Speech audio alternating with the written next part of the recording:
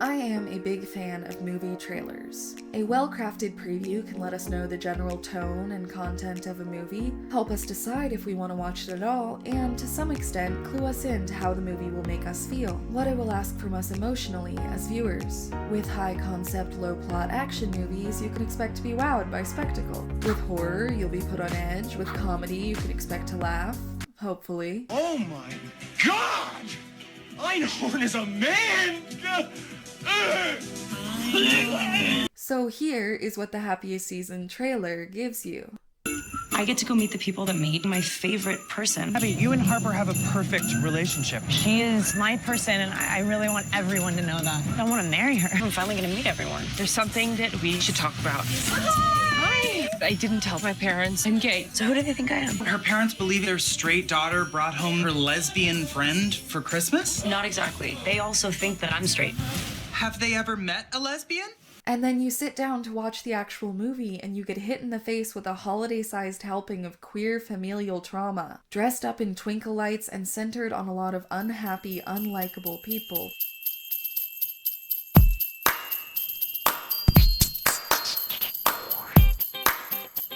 There was a lot of buzz around Happiest Season because of its significance in terms of queer representation, being the first Christmas rom-com with a queer main couple. This buzz was heightened by a star-studded cast and by director, co-writer, and lesbian icon Clea Duvall heading the project. You know what I like about you two? It's not clear who's the top. I am. Oh, yeah. Recently, we've seen inclusion of queer people in stories in most genres, even those that were traditionally dominated by straight white men, like action blockbusters. Christmas movies have for the most part resisted this trend, partly because, as Vulture writer Alison Wilmore notes in her review of Happiest Season, there's an inherent conservatism to the Christmas movie as it's been defined by the Hallmark, Lifetime, and lately, Netflix industrial complex. I've always loved the fluffy, superficial genre of the Christmas rom-com, so I and a lot of other queer people were thrilled by the prospect of seeing ourselves on screen in a feel-good, twinkly story dripping with sentimentality. Your favorite holiday movie, but now more gay. Are you the ex-boyfriend? Yes, I am very sexually attracted to her. After that fun-filled trailer and the widespread hype, I was ready to love this movie, but I was disappointed. Disappointed! Happiest Season has generally gotten good reviews, earning an 83% on Rotten Tomatoes and receiving praise for its importance as a milestone in representation from many publications. A few reviewers criticized how the marketing, structure, and styling of the movie as a Christmas rom-com tonally clashed with the emotionally and socially fraught content. Rachel Lewis calls out both the disappointing lack of holiday cheer in the movie and its unwillingness to diverge too much from the formula.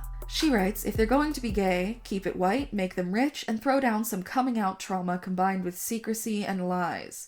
Will we get the queer holiday movie of my dreams that has absolutely nothing, or even just a little bit less, to do with coming out? I'm hopeful, but Happiest Season isn't that.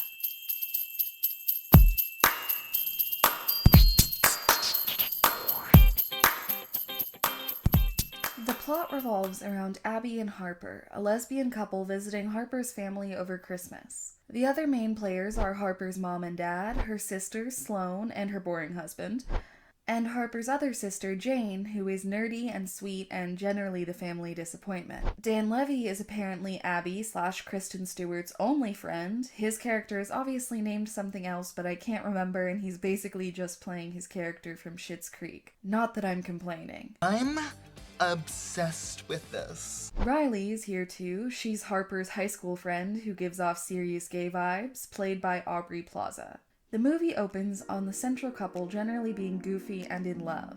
Harper invites Abby to come visit her family for Christmas since she has no living family of her own. On the way there, she reveals that, contrary to what she had earlier told her, she isn't out to her family and she wants Abby to pretend to be her straight roommate for the weekend. Abby is clearly uncomfortable, but Harper explains that her dad is using the holiday weekend to show off his perfect family and impress potential donors for his mayoral campaign. Harper promises to come out about everything after the holiday, and Abby reluctantly agrees. When they get to the house, we see that Harper's family is generally waspy, competitive, and obsessed with their reputation. Abby is uncomfortable but tries to play the part of the friendly, straight roommate. Do you have a boyfriend, Abby? No. But I have. I couldn't wait for some romantic Christmassy moments between the couple, but Abby spends most of the trip being ignored while Harper performs this perfect daughter act for her parents and competes with her sister Sloane. Are you tired? Not me, I like the morning. But then I have something meaningful to get out of bed for, so. Showing little to no concern for her long-term partner's comfort and needs. Like, the first night they all go out to dinner and Harper's parents have invited her high school boyfriend, Connor the generic white man, in a blatant attempt to set them up. Abby gets stuck in a kiddie chair and chugs wine. They run into Riley, Harper's high school friend, and Harper's parents talk about how embarrassing her lesbianism must be for her family. I know, that lifestyle choice. Such a shame. Our main couple fight in the bathroom because Abby is increasingly uncomfortable. Harper promises things will be better, and there's this moment I think is supposed to be cute. It is very difficult to sit next to you at dinner and not be able to kiss you.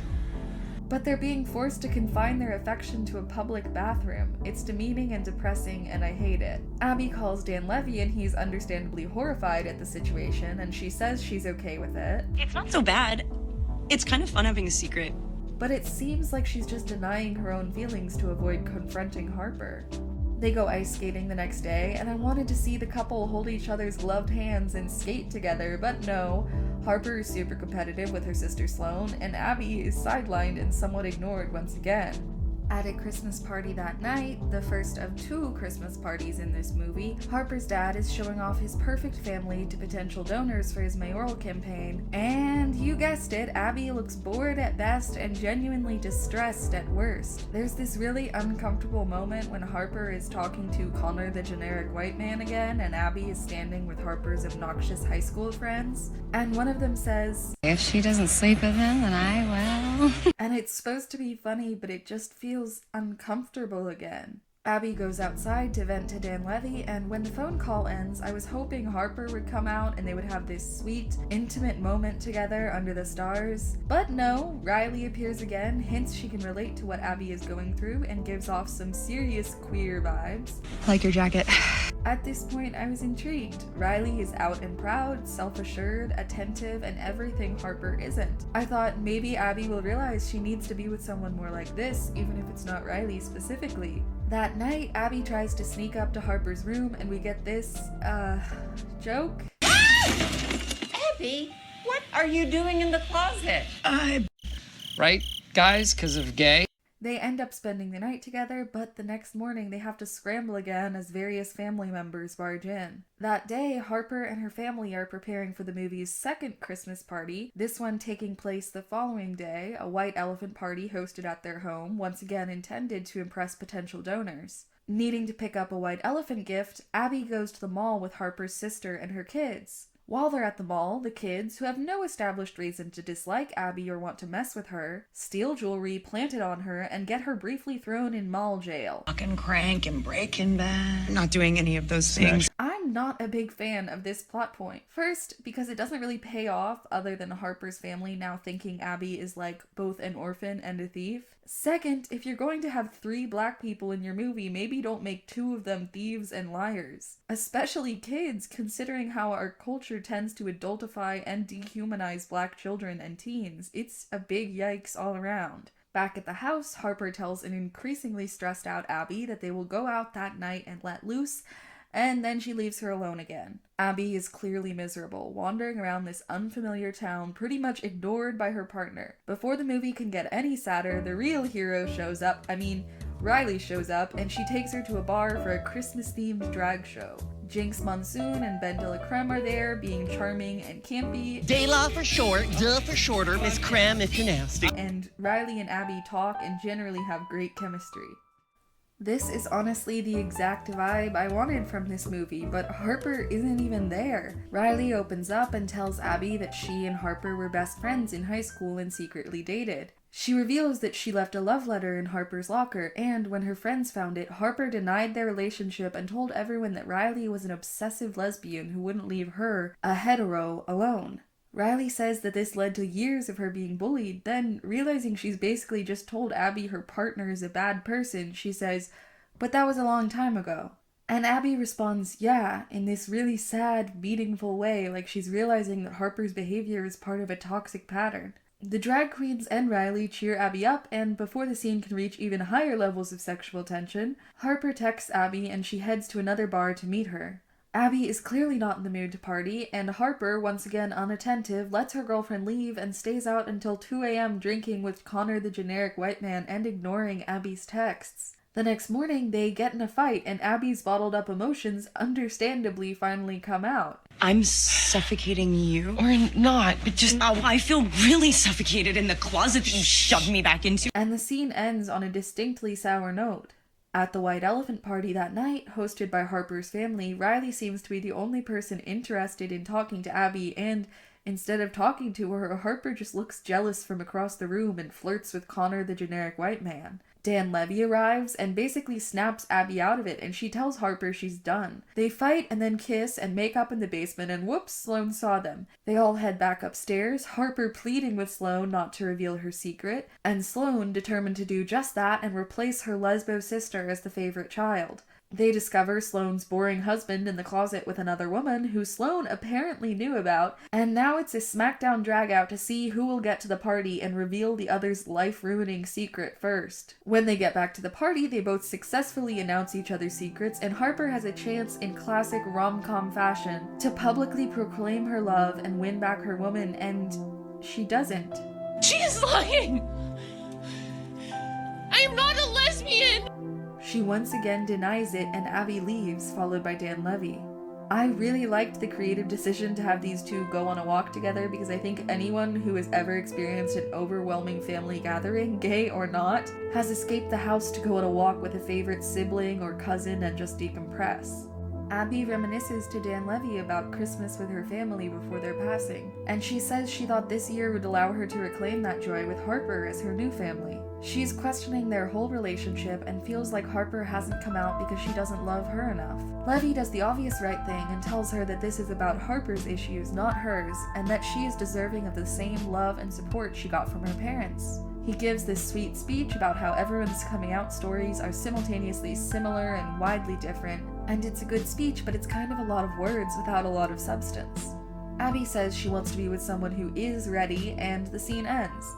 Inside, Harper finally apologizes to Riley, and Levy and Abby return from their walk. Harper finally comes out to her family and explains she didn't tell them sooner because they value reputation above all, and she felt that their love depended on her fitting into their perfect image. The mom and dad are shocked, the sisters come together in support and stand up to their parents about the pressure to be perfect, and the dad just storms out.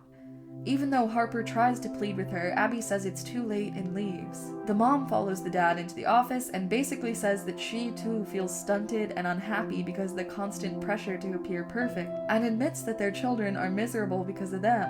He looks genuinely moved, and I thought, okay, he's clearly got a long way to go since he stormed out after his daughter came out, but this is a good first step. The mom comes out of the office and tells the daughters that their dad needs more time. We cut to Abby and Dan Levy on the road, stopping to shop for snacks. In a classic rom-com moment, Harper screeches into the parking lot and makes a speech about how Abby is her family and how she'll make it up if given another chance. It's a good speech, but it feels like it came a little too late to be emotionally satisfying. They kiss, and we cut to the next morning, where they're all happy, getting along, and accepting of Abby and her relationship with their daughter. The dad turns down the chance to be supported by the donor in favor of supporting his queer daughter, and they take a family picture. And then we cut to 1 year later. Jane, the family disappointment, is a best-selling fantasy author, and now that she's successful, her family is supportive of her.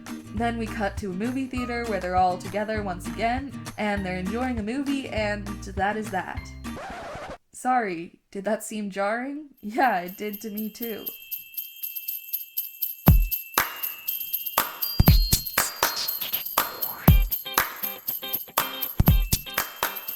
I think my lukewarm reaction to Happiest season is best understood in the context of the existing Christmas rom-com canon. You know one of these movies when you see it, because even though there's a wide range of quality, there are a few broad commonalities between almost all of them.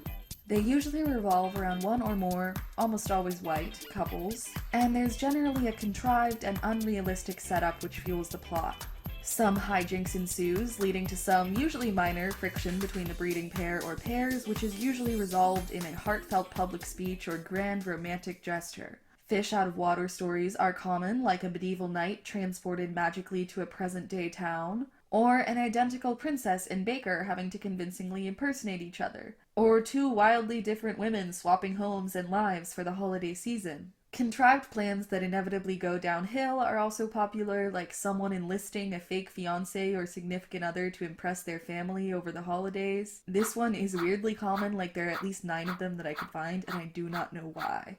Other tropes include a general tonal and visual Christmassiness, a thematic focus on families or communities coming together in the holiday spirit, Christmassy activities like ice skating, sledding, and caroling, and endings that are sentimental and hopeful. Including celebrations, all-day festiveness, various and sundry merriments, and Yuletide glee. They almost never include social commentary or plot points that are particularly deep or grounded in reality. But that's okay, because depth and social commentary aren't the point of these movies. They're escapist and superficial by nature.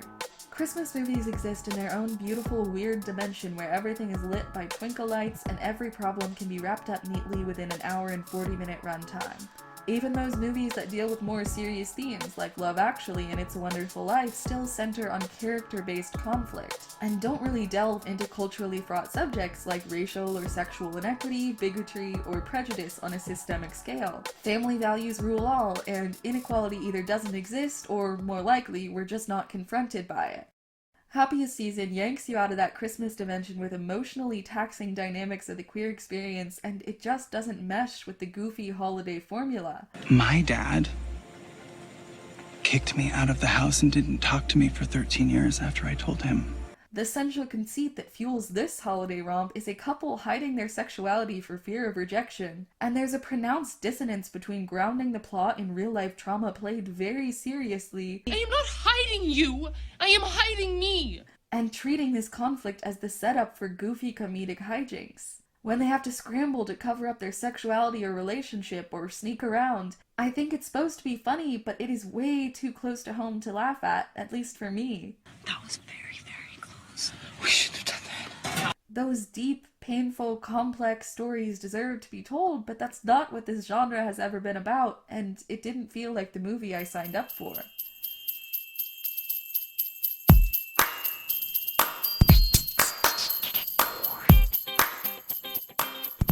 I think I could excuse the deeply uncomfortable elements of the movie. The repression, the fear of rejection, Harper dragging Abby into the closet with her, if I was still able to root for the main couple, but like a lot of viewers, I just couldn't. It's pretty impossible to ignore Harper's patterns of ignoring the needs of her long-term partner and protecting herself from being outed, even if it means throwing her loved ones under the bus. This pattern is underlined when we learn what she did to Riley, her high school girlfriend. She also invited Abby into a situation she knew was harmful because of the toll it had already taken on her, and she didn't tell Abby what she was asking of her until they were in the car on the way there. We see that Abby feels trapped because she's unable to afford a rideshare home, and that she ultimately feels like she was coerced into coming along. You agreed to this. Yeah, we were practically already here. I get that Harper is hurt and needs to grow, but she's causing harm to those around her, and we don't get to see her really change that pattern in a meaningful way, other than maybe her half-hearted apology to Riley, a decade too late. Normally I have a rule not to listen to straight white men, but Scott Mendelsohn really hits the nail on the head in his Forbes review, writing, Harper's willingness to throw her girlfriend under the bus, in more ways than one, points to a movie with real consequences to the shenanigans. Alas, because the film's goal, an admittedly noble one, is to offer an LGBTQIA-friendly version of the Christmas rom-com, the film presses on with its happy ending. Clea Duvall actually commented on the controversy surrounding this ending, specifically the couple ending up together even after Harper's harmful treatment of her partner. Duvall said, I think the debate is less about the film and more about your philosophy on forgiveness and growth. You don't go through a hard couple of days after a long period of time, meet a stranger, and cut and run, even if that person is Aubrey Plaza. I get what she's saying, and I think this central story around two queer people navigating their sexuality in vastly different ways, and growing together through forgiveness and communication is a great idea, which I would love to watch.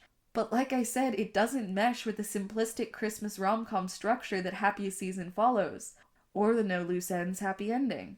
Speaking of which, let's get to that ending. One of the central themes of this film is image and reputation. We see this in the way Abby's desire to be proud of her sexuality and her relationship conflicts with Harper's fear of being rejected by her image-obsessed family. Throughout, we see that Harper's family is disconnected and unhappy, and their competitiveness and obsession with reputation has left them emotionally stunted and generally hating each other. These pressures breed deception and toxicity between everyone involved. The daughters hate each other to the point of exposing each other's deepest secrets at a party and physically fighting, and Harper is terrified of her parents learning of her sexuality, a fear which, as we see from her parents' reaction, was not unfounded. Her dad stormed out, and when he and his wife realize they've messed up their kids, he seems like he's ready to start repairing those relationships. His wife tells the daughters that he, quote, needs more time, but apparently less than 12 hours was enough? After all that time spent on familial and relationship strife fueled by pressure and secrecy, it's all solved with like a 2-minute conversation and then the next morning everything is perfectly amicable? Harper seemed full on scared for her parents to discover her sexuality, and, in my experience, if a person has those anxieties about a family member, they are rarely unfounded. It's difficult for a movie to tell a story about how messy and complex relationships and families are, and then jam those characters and relationships into this superficial rom-com with a happy ending shaped slot. Okay, so my biggest issue isn't with this movie specifically, but more with the representation of queer people in pop culture as a whole. Here's the thing. The experiences of queer people do not need to be defined by the rejection and repression of their identity. Too many LGBTQ+ stories in mainstream media either center on oppression and suffering, or feature one or more queer characters that end up getting killed off.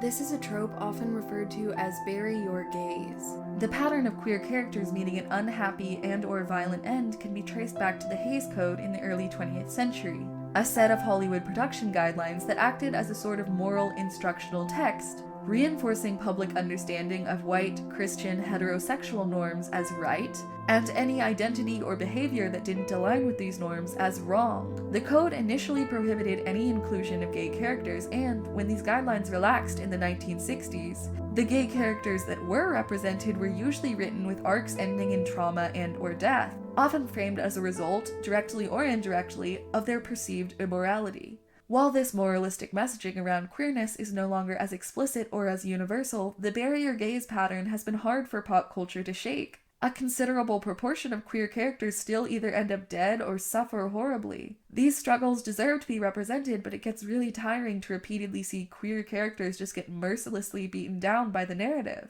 Following up on that, I want to talk about this movie's credits. They feature these illustrations of the central couple doing a variety of Christmassy activities and generally being queer and happy.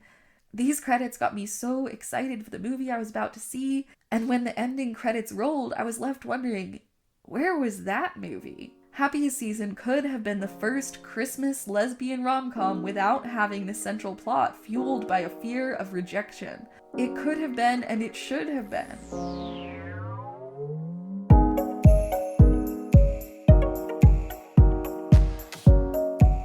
Since Happiest Season was released on Hulu, several people asked me if I had seen it and what I thought of it because, well, you know. People seemed surprised by my lukewarm reaction. I was met with this attitude of, here's that representation you've been wanting, why aren't you grateful?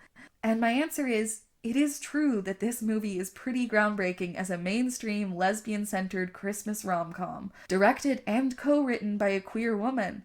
But if it's the only one of its kind, it's even more important to me that it be done well because it's all we've got. In closing, I want to return to that review I mentioned in my introduction, in which Rachel Lewis relays her complicated but overall hopeful reaction to Happiest Season. She writes, "There's room for us to, one day, really see ourselves on screen. For me, Happiest Season isn't it, but it's close enough, and far be it from me to deny that small bit of happiness to myself, or to other queer people who have been aching to see themselves on the big screen, kissing in the snow. Even if it isn't perfect, and even if they're still afraid. I ultimately agree with this take. It's far from perfect, and it didn't meet my expectations or hopes based on the trailer and overall hype, but we should still support this movie and the team that made it, because I want to signal that movies made by queer people for queer people are a worthwhile endeavor. With all its flaws, Happiest Season still made me excited for what is to come in terms of queer representation, and I hope you are too."